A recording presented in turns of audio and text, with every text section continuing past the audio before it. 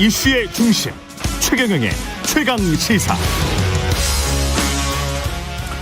네, 어제 용산 대통령실에서 중소기업인 대회 열렸고요. 중소기업인 대회 최초로 5대 대기업 총수들, 회장들, 중소기업 주요 단체장들이 함께 모여서 공정과 상생을 다짐했다고 합니다. 잘 될지 중소벤처기업부 이영 장관 전화로 연결돼 있습니다. 안녕하세요. 네, 안녕하세요. 예, 장관 취임 축하드립니다. 아유, 감사합니다. 예. 취임하신 지 지금 한 열흘 되셨나요? 네, 열흘 됐습니다. 예, 업무 파악 지금 한참 하고 계시겠네요. 네, 그렇습니다. 예, 중소벤처기업부는 어떻습니까? 과거에는 약간 좀 가장 작은 부처 이랬었는데 네. 지금은 위상이 상당히 커진 걸로 제가 알고 있는데. 네, 맞습니다. 예. 중소벤처기업부는 원래 청으로 시작을 했고요. 예. 25년 전에, 5년 전에 부로 이제 승격이 돼서 올해가 6년째를 이제 시작을 맡고 있습니다. 그리고, 예산 면에 있어서나 또 하고 있는 사업 규모 면에서 아마 이 5손가락 안에 들어가는 부처로 성장을 했습니다. 그렇죠. 예. 네.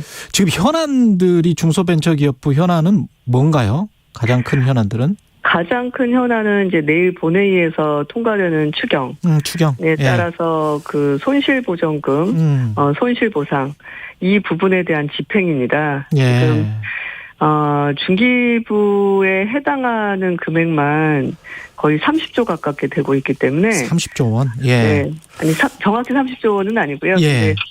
그거에 육박하고 있기 때문에 정확히는 25조 6천억 원입니다. 그렇군요. 예. 굉장히 큰 규모입니다. 예. 그래서 그것을 그 부분을 잘 집행해서 우리 소상공인 자영업자분들 온전한 보상과 자립과 또 미래에 대한 설계를 할 수 있도록 지원드리는 일이 지금은 중소벤처기업부가 맞이하고 있는 가장 큰 해야 될 일입니다. 그럼 가장 큰 현안부터 여쭤볼게요. 손실보전과 손실보상 말씀을 하셨는데 손실보전하고 손실보상하고 차이는 일단 뭔가요? 우리 그전에는 방역지원금이라는 얘기를 많이 했었죠. 재난지원금이라는 얘기도 했었고요. 근데 우리가 알고 있었던 방역지원금, 재난지원금의 이름이 이번에는 손실보전금.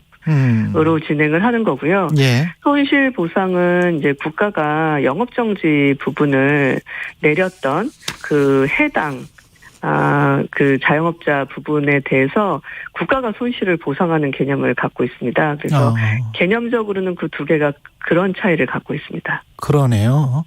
그렇게 해서 각각 얼마씩 어떤 부분 누가 받을 수 있고 이런 것들은 좀 다 계획이 돼 있는 겁니까? 네, 그렇습니다. 지난 과거를 봤을 때 재난지원금이 총 7차례 나갔습니다. 예. 그래서 31.6조 원 정도가 나갔고요. 예. 손실보상이 3.5조 원 나갔습니다. 예. 그 외 공과금 지원이나 폐업점포 제도전 장려금 해서 지난 나갔던 현금성 지원이 약 36조 원에 해당됩니다. 그리고 대출이 한 70조 원에서 100조 원 이상이 지금 지원이 됐거든요. 예. 근데 이제 이 부분에 대해서도 온전한 보상에는 못 미친다라고들 생각을 하고 계세요. 예. 그래서 이번에 나가는 손실보전금 같은 경우는 7번 재난지원금 총 합의 73%에 이릅니다. 예. 역대 최대 규모고요.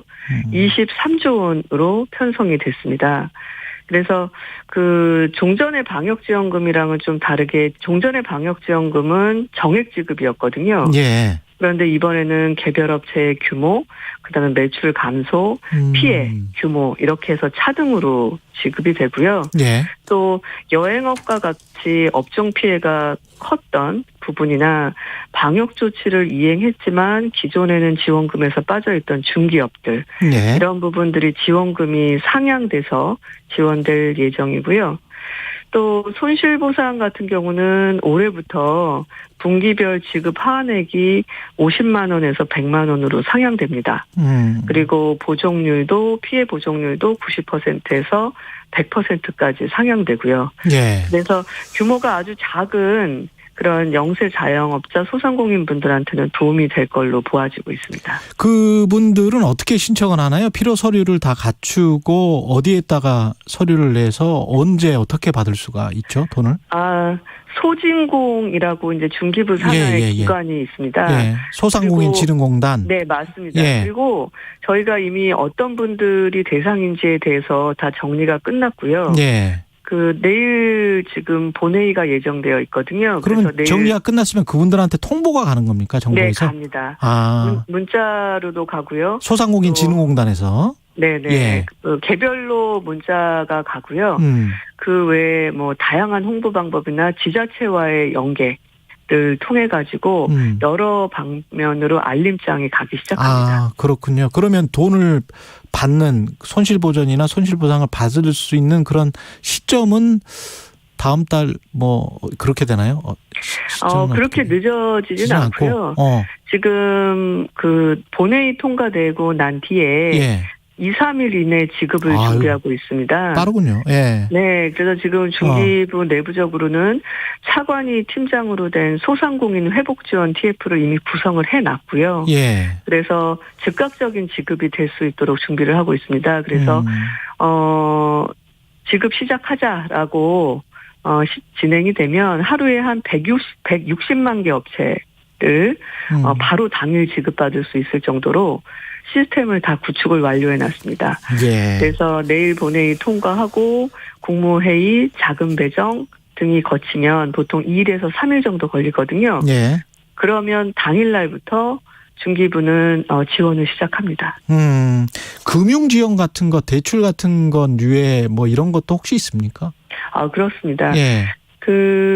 지금 크게 이제 지원 부분을 좀 따져보면 이렇게 손실보전금, 손실보상도 있지만 이 2년 사이에 대출이 굉장히 많이 늘었습니다. 예. 그래서 한 3가지로 준비하고 있는데요. 첫째는 이자율이 굉장히 높은 비은행권 고금리 대출이 증가를 했거든요. 예.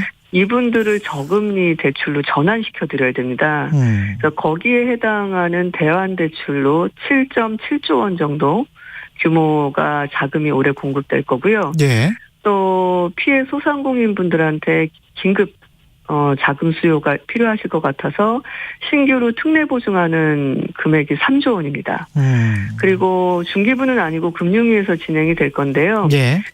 부채를 상환하지 못하시는 소상공인 분들의 채무 조정을 해드려야 되거든요. 예. 상환 일정을 조정한다든가 채무를 감면한다든가 여기에 자금이 총 30조 원이 추가 지급됩니다. 그래서 올해 금융 지원은 40.7조 원이 지원될 계획입니다. 예. 정부가 이렇게 지원을 해주는 거는 이제 다 원하는 거니까. 근데 이제 자생력을 강화하는 방안 같은 것들은 어떻게 생각하고 계세요? 네. 지금 어제 제가 통인시장을 방문했습니다. 예. 했는데 너무너무 힘들다라고 말씀을 하시면서 입가에 미소가 있으시더라고요. 너무 감사했는데 그 미소가 뭐였냐면 이제 영업 제한이 풀리면서 시장에 예전 같지 않게 방문객이 늘어나고 있다고 좀 합니다. 늘어났다. 그래서 예. 희망에 대한 부분이셨어요. 이제 빨리빨리 회복이 돼서 예전 같이 장사했으면 좋겠다. 그런 희망의 미소셨는데요. 지금 재난지원금, 손실보상금, 그러니까 손실보전금이란 손실보상이 과거에 지급됐던 거에 비해서 대규모로 금액이 지급이 되잖아요. 그렇죠. 이제 이 부분이 끝나고 나면 바로 자립이랑 자생력에 대한 고민을 해야 합니다. 그리고 자립 자생력에도 저는 2가지를 보는데요. 예. 하나는 코로나 이전으로 돌아가는 부분이 하나 있을 거고요.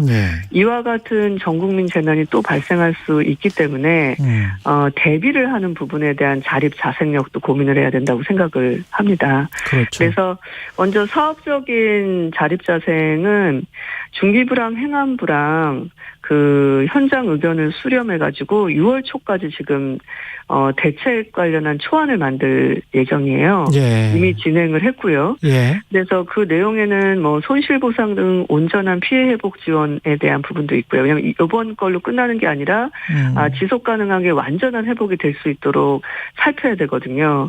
그리고 그 외에 뭐 스마트나 온라인 쪽으로 소상공인 분들도 사업 전환을 해야 됩니다.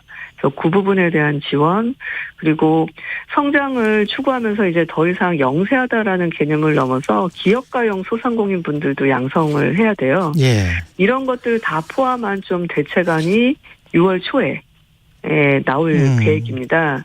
그리고 이런 재난들을 근본적으로 대비하기 위해서 우리 지난 재난 시절에 임대료 나눔 제도 같은 것들이 있었거든요. 그랬죠. 그래서 그게 이제 예. 자발적으로 고통 분담하면서 위기를 극복하자라는 개념이었는데 이런 부분을 미리 좀 법제화하거나 제도화해서 국가도 일부 그 지원을 하고 나눔을 좀 정착하는 부분에 대한 고민도 좀 긴 텀으로 가져가기로 했습니다. 그래서 전문가분들이랑 법제화 내지는 규정화할 수 있는 것들이 있는지 논의를 지금 거치고 있거든요. 아, 그렇군요. 그래서 네, 그런 것들이 자립 자생력 강화를 위해서 지금 진행하고 있는 방안입니다. 그럼 건물주가 조금 임대료를 뭐 낮게 하면 정부가 좀 보조를 해준다거나 뭐 이런 겁니까? 네, 그런데 이제 그 건물주 분들이 임대료를 낮춘 부분은 다 세액공제로 결국은 정부가 또 지원을 해드리거든요. 예, 근데 예. 그게 이제 어떤 건지 잘 모르니까 네. 우왕좌왕하시는 면도 있고 예. 또 나눔을 이거 국가가 강제하는 거야 뭐 이런 부분도 있고. 예. 근데 대부분은 고통분담을 같이 하자라는 그 운동에는 동참을 해주셨어요. 너무 감사하게도. 예. 다 유럽 국가들 선진국들도 다 그러고 있는데요, 뭐. 네네네. 그래서 예. 그런 부분들을 조금 이번 참에 예. 필요한 것들은 제도 정비하자라는 정부의 움직임이 있어서 전문가분들이랑 구성해가지고 예. 방안을 또 장기적으로 마련하기 위해서 노력 중에 있습니다. 좀 방안이 마련됐으면 좋겠고요. 근데 이제 네. 한 가지 이제 중소벤처기업부에 꼭 질문 드리고 싶었던 게 대기업과의 네. 관계에 있어서 프랜차이즈 하시는 분들도 있을 거고 지금 뭐 임대료 말씀도 하셨지만 대기업이 어떻게 보면 이제 애증의 관계잖아요. 중소기업이나 네. 자영업 입장에서 봤을 때는 그게가 이제 매출의 창고도 될 수도 있지만 또 납품대금이랄지 기술 탈취랄지 뭐 여러 가지 또 그 미움의 대상도 될 수가 있는 거거든요. 네. 중소벤처기업부에서는 어떻게 생각하세요? 이 부분을? 진짜 지금 말씀 주신 것처럼 딱 예. 애증의 관계인 부분이 되게 많죠. 예. 그러니까 지금 대한민국이 세계 10대 경제 강국이 되는데 대기업의 견인력을 무시할 수는 없거든요. 예. 그럼에도 불구하고 불공정 거래에 대한 부분은 점점 그 수위가 높아지고 있기 때문에 예. 함께 잘 살아보자. 그리고 또 새로운 시대를 맞이해서 함께 같이 나아가보자라는 그 사회적 인식은 점점 폭넓어져 가고 있습니다. 예. 그래서 납품 단가를 뭐 제값받기 또 기술 탈취 부분도 고질적인 불공정 그럼요. 문제이거든요. 예. 근데 이제 이런 부분들에 대해서 목소리가 계속 커지고는 있지만 사실 이 개별 거래 사항이기 때문에 정부가 굉장히 깊숙이 관여하는 것도 시장 경제에 문제가 있다라는 지적이 솔직히 있습니다. 그럼에도 불구하고 더 나아가기 위해서는 좀 재정비를 해야 되는 부분이 필요할 것 같아요. 그래서 중기일부 내부에서는 납품 단가 연동제 관련해서는 TF를 조만간 만들 예정이고요. 예. 기술 탈취 관련해서도 지금 저희가 여러 가지를 정비를 하고 있습니다. 예. 어제 특히나 고무적인 것은 5대 대기업 총수되시는 회장분들께서 참석했죠. 자리하셨는데 예. 앞으로의 시대에는 뭐 대기업이 끌고 뒤에서 중소기업이 끌려가고 이런 차원이 아니라 함께 나아가야지만 신산업 대응부터 시작해서 4차 산업혁명으로 재편되고 있는 경제 시스템을 함께 견인할 수 있다. 이 부분에는 서로 공감을 했습니다.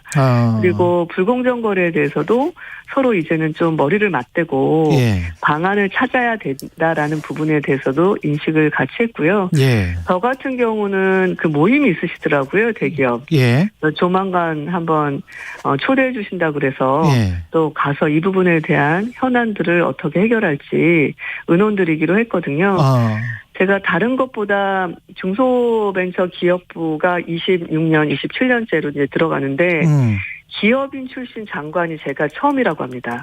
그렇군요. 그래서 제가 다른 부분보다 이 기업이나 산업체에서 안고 있는 이 문제점들, 어려움들, 이 부분은 그냥 제가 들어서 하는 게 아니라 경험해서 알고 있거든요. 예. 그래서 그 부분을 좀 생생하게 전달드리면서 조금이라도 진일보할 수 있는 그 솔루션을 좀 찾아내려고 하고 있고요. 예, 예. 그 부분을 강하게 말씀드렸는데 예. 그러겠다라고 어제 또 많이 얘기 주셔서 예. 좀 열심히 해볼 생각입니다. 두 가지 질문이 들어와 있네요. 9912님이 지난 코로나 2년간의 손실보상금 소급 적용 문제는 어떻게 되는 건지 그거 하나 하고, 그다음에 일반적인 질문인데 물가 재료비 상승 때문에 지금 굉장히 힘들 거란 말이죠. 네. 예, 원자재 상승값 뭐 이런 것들 어떻게 중소벤처기업부는 대비하고 계시는지. 네, 두 번째 질문부터 말씀을 드리면 지금 원자재 가격 상승이 이 역대 한 10년을 기준으로 해도 굉장히 크게 오르고 있습니다. 예. 그러다 보니까 기존에 했던 계약대로 납품을 진행하는 것이 손실로 갈 정도이거든요. 예. 그래서 중기부에서는 지금 전국에 피해 관련 신고와 지원센터를 이미 만들었고요. 그리고 해당하는 부분의 원자재 구매에 대한 그 구매 보존이나 아니면 융자 지원 같은 금융 서비스를 연결하는 것들을 이미 시작을 했습니다. 그리고 이 원자재를 구매를 했을 때 향후 지금 저희가 구매하는 처가 이렇게 다변화되어 있지 않거든요. 예. 그래서 지금 우크라이나 사태나 뭐 이런 식으로 해서 기존의 구매처가 더 구매 물량이 원활하지 않는 일들이 있어서 구매처 다변화도 지금 저희가 진행을 시작을 했습니다. 예. 그래서 당장은 그 충격이라는 부분이 전해져 오는 것은 피할 수가 없고요. 그런데 그 금액 상승분에 대한 그 국가 지원이나 융자 지원 그리고 공급처의 다변화 이런 것들을 통해서 하반기엔 좀 숨통을 열려고 하는 노력들이 이미 시작이 되어 있습니다. 됐고. 예. 코로나 2년간 그 손실보상금 소급 적용 문제 빨리 좀. 예. 네네. 이 부분은 이제 계속 얘기됐던 부분인데 이미 지난 정권에서 이 그러니까 손실보상에 대해서 데이터가 없고 그리고 진행하기가 되게 힘들다라고 해서 이미 손실보상의 개념이 들어가 있는 재난지원금을 지급을 시작을 했었습니다. 그래서 1년 반 이미 훌쩍 지났고 여전히 이제 정부가 바뀌었지만 데이터가 없는 문제가 있었습니다. 그래서 이번에 그 내용까지를 포함한 손실보전금으로 일단 지원을 드리자라고 해서 손실보전금 안에 소급 지원의 성격이 포함되어 있습니다. 알겠습니다. 중소벤처기업부 이영 장관이었습니다. 고맙습니다. 네, 감사합니다. 오늘 하루 이슈의 중심. 당신의 아침